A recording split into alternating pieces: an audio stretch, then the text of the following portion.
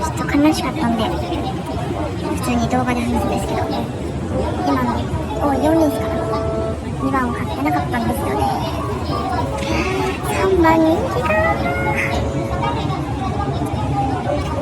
っぱり AI って全部信じちゃ危ないですね。今日のナイターで乗り物したいな。以上。悔しい。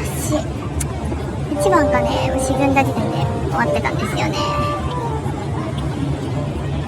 2か。馬券は紙くずになりました。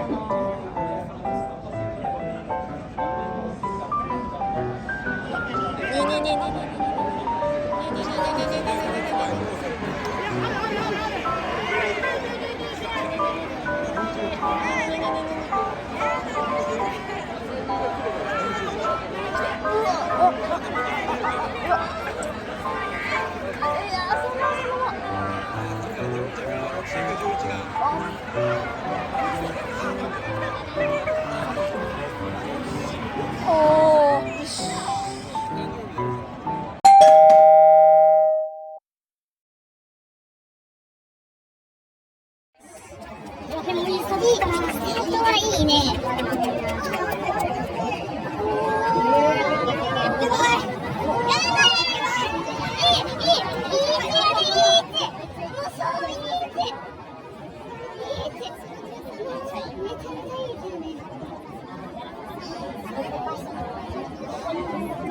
前につけてるね。すごい。めちゃくちゃ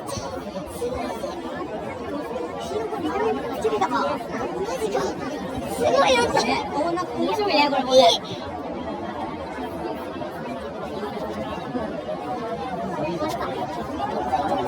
ガチャでしたね。いいね。いいぞいいぞ。ドラゲンめっちゃいいじゃん。